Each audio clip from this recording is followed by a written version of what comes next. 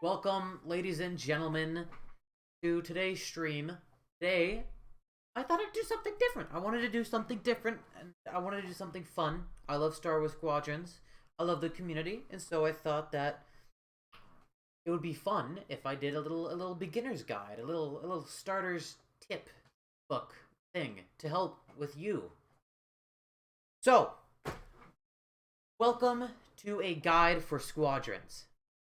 Maybe you just picked up the game and you're like, man, I love flying. Would sure be cool if I was good at it. Then I'm here for you to help.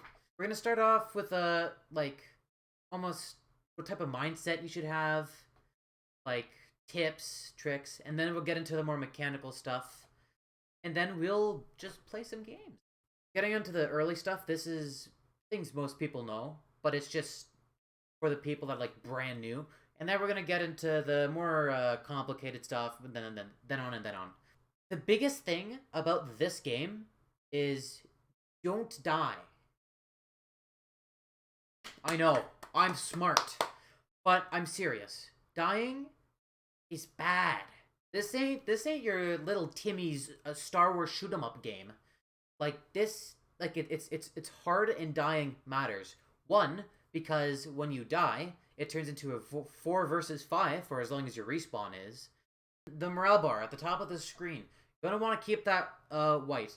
If you're a little tiny interceptor, a little TIE interceptor, and you see the big capital ship with 5 enemies around it and none of your teammates is there, don't go, I can take them. I'll take them all head on. Cause one, the capital ship will shred you because you're an interceptor or like A-wing, whatever. And then 2, you'll have 5 people like fucking you up. Next up on my list is be helpful. I know I just said don't die, and that is very true. Dying is bad. At the same time, you don't want to just get shot once and then run back to your hangar because you're not going to do anything that way.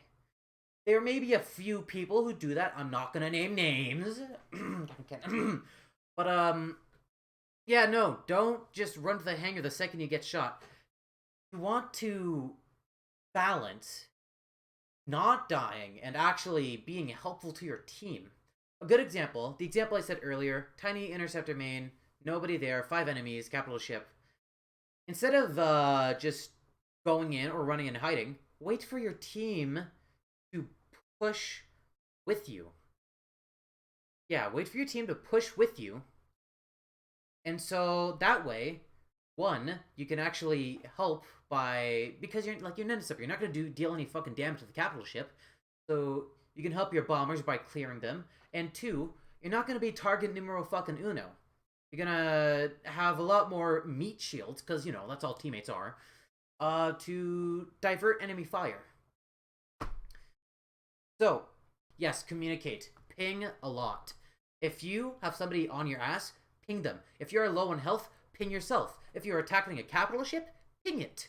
Because, shocker, it's good when your team is coordinated. If you don't have the keybinds for pinging, make them. Pinging is very importante, especially because the mic quality in this game fucking sucks. It's your only way you're going to be able to communicate with a random squad. So, communicate, ping a lot. It's very important. Especially if you're low on health and you have a support, ping yourself, because the support, he's not going to be doing anything. And so he's going to see you and be like, I can finally do something! And so he'll help you.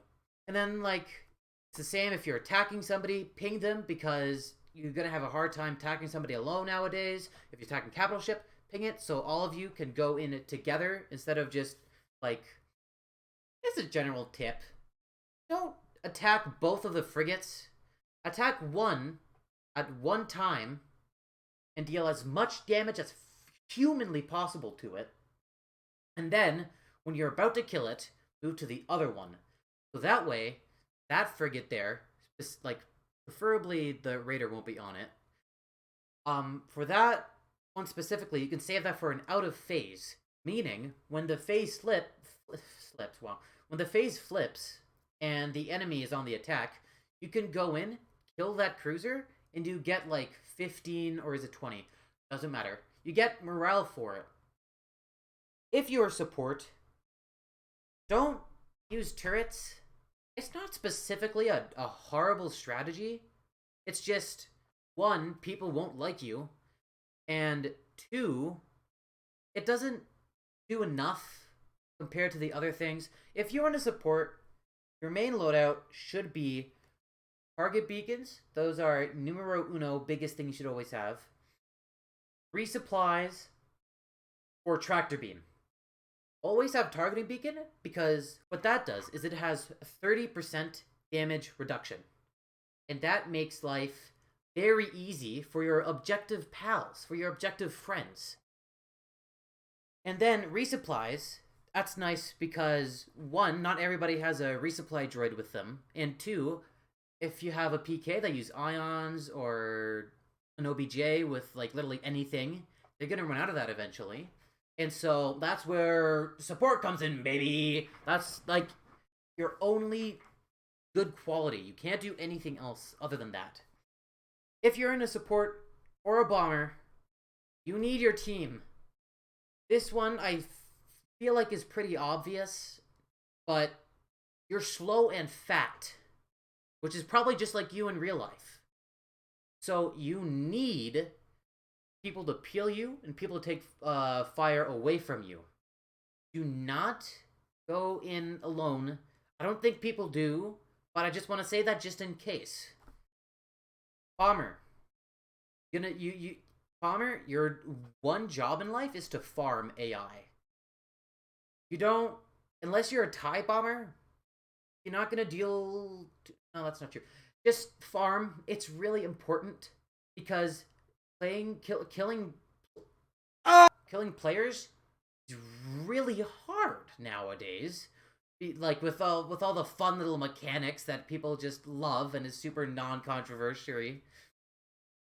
Killing players is hard. And you know what's a lot easier?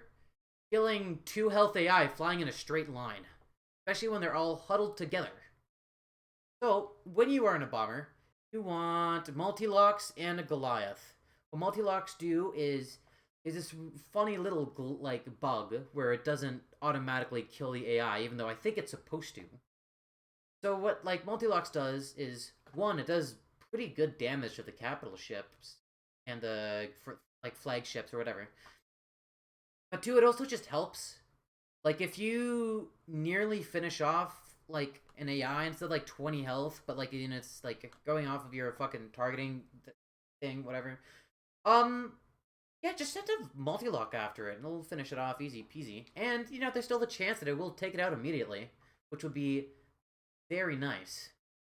When you are... Also, sorry, Goliath. You want Goliath because AI has this funny little thing where it thinks it's a good idea to all cram together in a tight, formation. So, especially if it's especially if it's a TIE fighter formation, aim at the middle one and launch your Goliath at it, because it'll get all 5 of them. That's an instant 15 morale points, which is very, very good. You want to do that. And it also deals a lot of damage to the flagships and capital ships. It also has this fun little thing where on a Imperial capital ship, if you hit it right on top of the missile launch, okay, so here's the slant of a capital ship. Here is where the missile launcher is. You want to fire Goliath right above it, because what will happen then is it'll destroy every single turret on the flagship. And it makes out-of-phasing easier, and it just makes life easier. Next up, if you want to play an A-Wing, don't.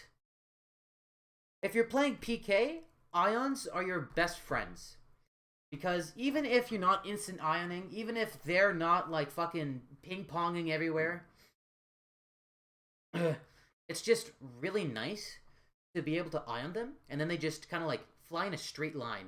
Because, surprise, it's a lot easier to shoot at an enemy flying straight and slow. So, use that, because it makes life a lot easier. Plus, later on, there's a nice little tactic, which I'll teach you how to how to get ions more effectively. When you are playing as a player killer, you should be attacking objectives, because the game will end a lot faster if everybody is shooting the objective. I know, again, shocker, but that's just how it do. So do that, please. Yeah, objective. Also, with the ions, another reason you want them is because they do extra damage to the shields. And that shields are, now with the SCL modifiers, a really big fucking deal. The ions are going to be a big help. Plus, if the flagship is marked, you can instantly disable a shield generator with 1 ion missile, and with 2 ion missiles, you can take out a power system. It has to be marked, but still, it's very nice. Here's something I see a lot of people do, and it's a little concerning. Don't just fly at half speed while you're shooting at somebody. That's not bad at all. Like, it's not bad to do, like, essentially. But do it when people aren't shooting at you. And don't do it all the time. I see people just flying out of the hangar like fucking slow as all hell. This isn't like Tortoise in the Hare. You need speed in this, because people are gonna shoot you, and then even if you're like, oh, but I'm gonna do like, I'm gonna go like crazy, people can eye on you instantly. People can plasma burst you. Like, it's just a horrible idea. Don't fly at half speed constantly. Use cover, like, when you can. Play with your allies, general stuff. Okay, now we get into the mechanics. This is gonna get a little more confusing. Stick with me here, because what you're about to learn is gonna be infinitely more helpful than anything I could have ever said before. So, I'm gonna teach you how to boost skip. This is, this is very freaking important. So, you see this white little line in my speed thing, in my bottom left? We survive. See that? That's telling me what speed I want it. I want it max speed, so it's up there. I want it mid speed, so it's in the middle. You know, general shit like that. How you boost skip is, you see the blue? How it's not instantaneous with the white? It takes a while to accelerate. So how you boost skip is you need to make sure that the white line is below the blue bar, and then you just boost and drift. Preferably without powering the engines, just so you can boost and drift longer. So here, let me demonstrate. It's below the blue bar, boost drift. I am instantaneous now. Versus, if I did it while, like right now, it still does the same thing because I'm stupid. Well, look at that. We're learning together. Either way, it's not... Yeah, see? There's a bit of the acceleration when you're drifting normally. Versus, if you do it at 0, it's like instantaneous. It skips the acceleration process, which is weird. Next thing is how to boost gas. This is the game changer here. So, how it works. Much like boost skipping, you want your white line... What I do is I have it be at 0, just because I'm never not boost skipping. So yeah, you want your little white line, your little speed indicator, to be at 0, below the blue line. You're gonna boost and drift. By the way, you wanna drift, because if I do this, if I just do the speed thing, then it's gonna take a second for me to find out where I want to drift next. Versus, if I just boost and drift, I carry the momentum, and I can look at where I want to boost and drift to next. Just a little fun little tip. But how you boost gas is, it's much like that, except, actually, to explain boost gas, I need to explain one more thing. I'm very organized. When you boost and drift... Oh shit, I have a black bar! So, when you boost and drift, there is a split second where you do not lose or gain any boost. So look like the little yellow squares I have there. There's 1 second where I lose nothing. It would be so much easier if I had a freaking TIE bomber, but I don't. Because trust me, there's a second where you do not gain or lose any boost. So what you want to do is boost, drift, and then after that split second, you put power back in the engines. But you don't want to do it for too long, because then your drift is going to be too short. Which, another fun fact, your drift is longer when there's no power into engines. So look, so there's my drift. Oh, it's crazy. It's not that long, 'cause I'm in a bomber. But then I do that, whoa, that's crazy. And then it lasts like 0 seconds. So, whenever you're drifting, try to... Like, because, like, that's the thing with boost gasping, is that you want to have, like, the perfect spot where, like, you want a long drift, and you don't want to lose any energy. And so, but when you're playing in something like the support ship, it makes life a lot easier to have, like, the slam engine, because I can drift for as long as I want. So, yeah.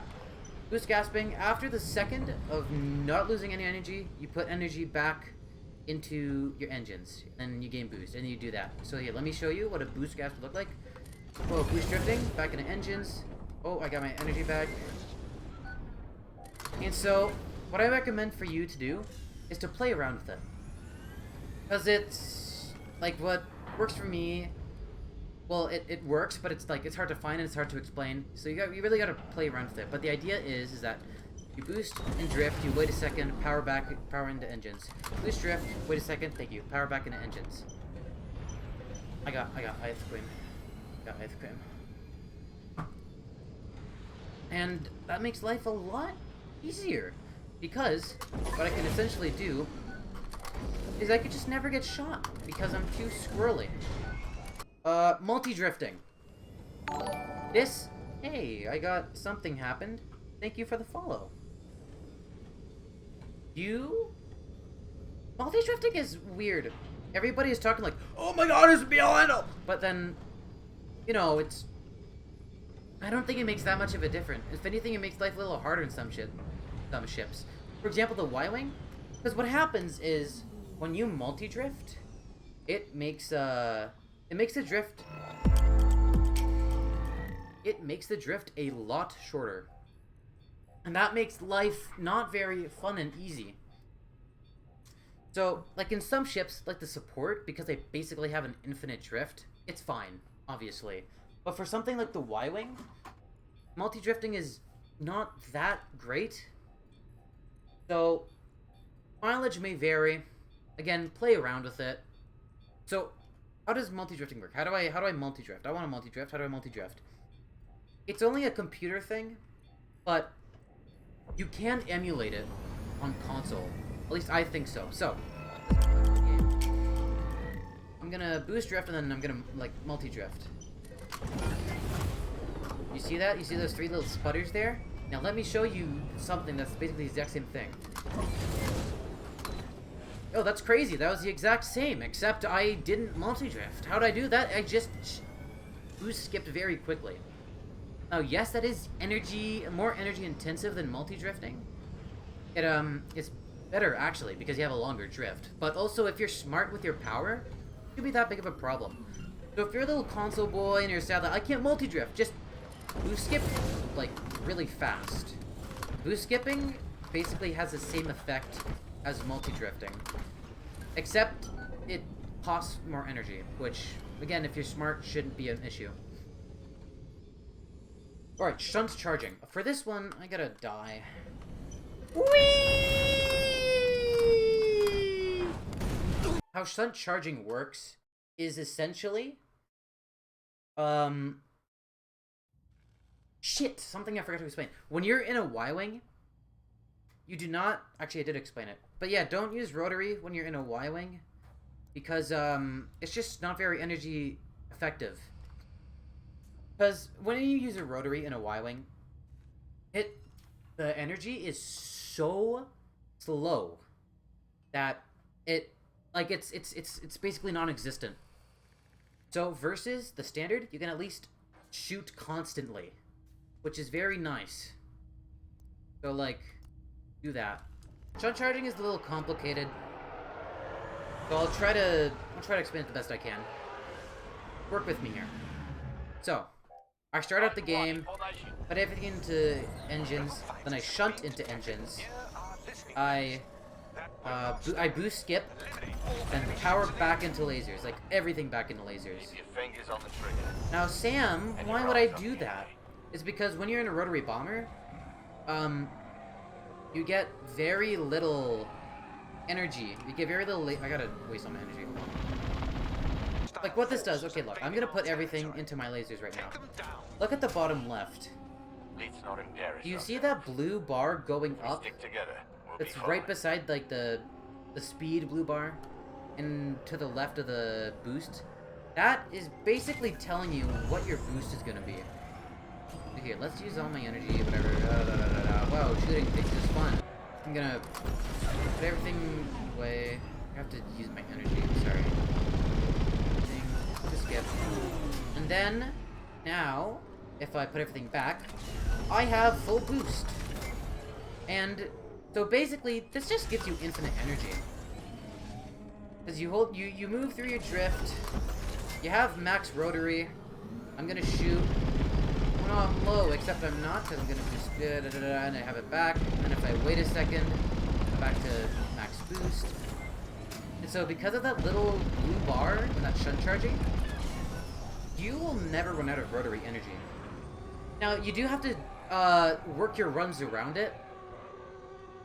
So you don't just want to, like, well, you do get infinite energy. Don't just, like, fly straight and shoot at it. This will not work. It makes you vulnerable, and it's a bad idea. What you want to do is you want to boost drift, power into lasers, and then shoot at it while you're drifting. Wait for the blue bar to max out, back into engines, and then rinse repeat. Let's say this radar dish is the MC-75. So I'm going to boost drift, into lasers, shoot. Back into engines, boost drift, into lasers, shoot. I have infinite rotary energy, I'm doing a lot of damage, I'm hard to hit, and plus, this is one of the ships that multi-drifting is helpful on. You just be like, whoop, and then you can kind of switch. That is why bombers are so, TIE bombers are so scary. It's because of the shunt charging, because of the fucking sheer amount of damage you can do. Alright, the instant ion. This is something I talked about a little bit before. So how it works is basically, you lock onto your target, you lock your missile onto your target, you boost towards them, and as you, then when you see that the distance between them is like 300 meters, you fire your ion. Like, let's say that antenna right there is my enemy, and I want to ion it because it's super hard to hit ping-ponging players. What I can do, boost drift, you're right in front of it, ion into it. It, like, that was a little far actually, but it gets them instantly. So, antenna, there, enemy. Boost drift, shoot it, it gets it, like, instantly. They don't have enough time to react, they don't have enough time to fire their little spark cloud. Shield skipping. I need, hold on. I need my TIE Reaper for this one. Boost skipping. How boost skipping works is you want to make sure that when people are shooting at you, you have 0 energy into shields. If you look at my bottom left, you see my little dashboard with my energy there. When people are shooting at me now, let's say, oh no, I'm low on shields. Then I boost skip a bit, and it starts charging. And that's what shield skipping is when people are shooting at you, you have 0 energy into your shields, and then you just, boop, put it in there, and you start charging it instantly. Okay. With that, I think I covered everything I wanted to. I really, really hope that this is helpful. I know that some people are, like, annoyed or angry because of, like, the boost gasping thing. But, like, if you use these, and you practice them, you will become, like, pretty unkillable. Like, because that's what I do, is I just boost gasp, but then I don't die. And people confuse me for being really good. I think that's everything I had to say. So, thank you guys so much for watching my guide. I really appreciate it. Make sure to smash that like button and hit the sub button. I'm turning this into YouTube. Okay. So now I'm going to play some games, and I'm going to hopefully be able to show you what I'm actually talking about. I really hope this helped, though. Oh, let me know if it helped. That'd be very cool and make me feel happy.